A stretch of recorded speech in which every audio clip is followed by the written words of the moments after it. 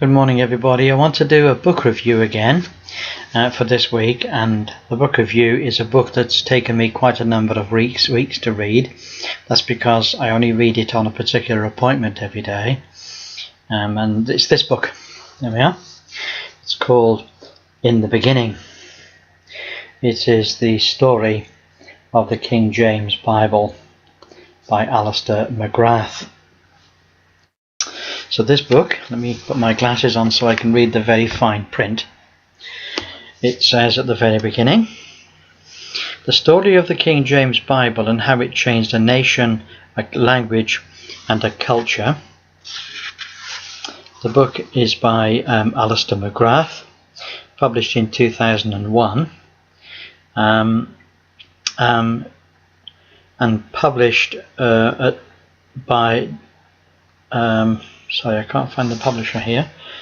Hodder and Stoughton is the publisher. What is it about this book that I've come to appreciate?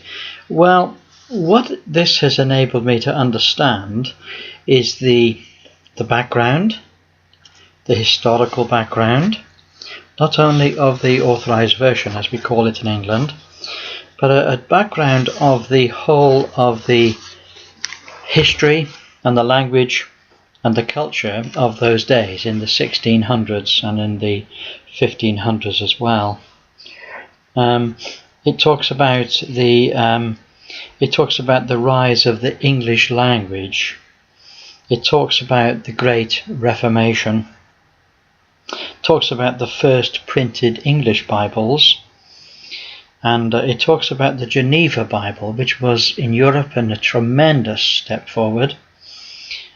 Sadly, the Geneva Bible was steeped in Calvinism, but apart from that, it was perhaps the first study Bible. It was excellently produced, beautifully bound. It had the benefit of many, many years of good revision, but it had annotations, it had notes in the margin, explanatory notes. It was not just a Bible, it was a Bible commentary. So that's the great advantage of the Geneva Bible. We have the ascension of King James, the decision to translate, the Hampton Court Conference. It talks here about the Englishing of the Bible, the translation. It talks about how it was produced. It talks about the translators, or we could call them the traitors. And if you read the book, you'll see what we mean by that. The problems, basically, of Bible translation. We have the Bible and the shaping of modern English. And then we have the triumph, the final acclamation of the King James Bible.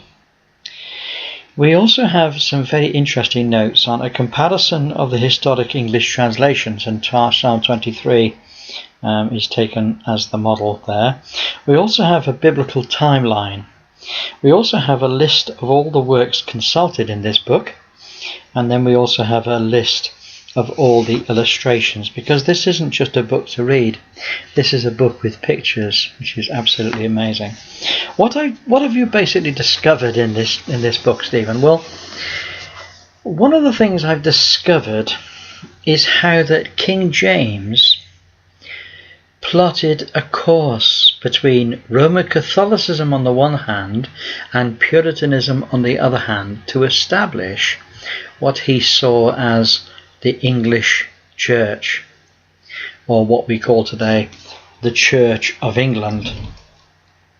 And so this has been for me a fascinating study, and one of the things I've finally realized and learnt is that the King James Bible is effectively a revision of the Great Bible. In fact, there is evidence to suggest that the King James Bible was actually presented in the form of the Great Bible. That was the actual basic text that was presented to the printers. One of the stipulations in producing the King James Version was that it would be the Great Bible with as least alterations as possible. So that's the particular point. It was actually a revision of the Great Bible. So This little book, this book here is absolutely excellent, I've got to say. Excellent in enabling us to understand what the King James Bible actually is. I use the King James Bible a great deal, not because I particularly find it the best translation, but because it's one that I can use without any copyright infringements.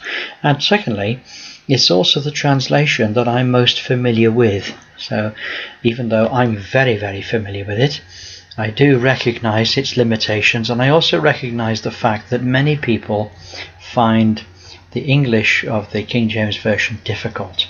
Even today in our Bible study, we noticed that there were a couple of very old-fashioned English words that we were looking at.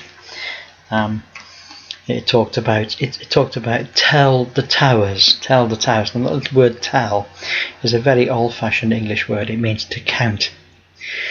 So a person that's a teller in a bank is a person that counts the money. And so really you can see how that very, very old-fashioned English words are in the Authorized Version. Unless you know what they mean, they're not in modern English. And this is why we have modern translations, so that we're able to understand it in our modern English. Anyway, there we are. A book I highly recommend. If you're able to get it, I love Alister McGrath. If you don't know him, I recommend him to you. What I call a wonderful English gentleman and scholar. That's how I would describe him, an evangelical scholar. So get a copy. I think if you're interested in the Authorized Version, you're going to find it very interesting indeed. Well, God bless you. I look forward to speaking to you next time we do a book review. Have a wonderful day.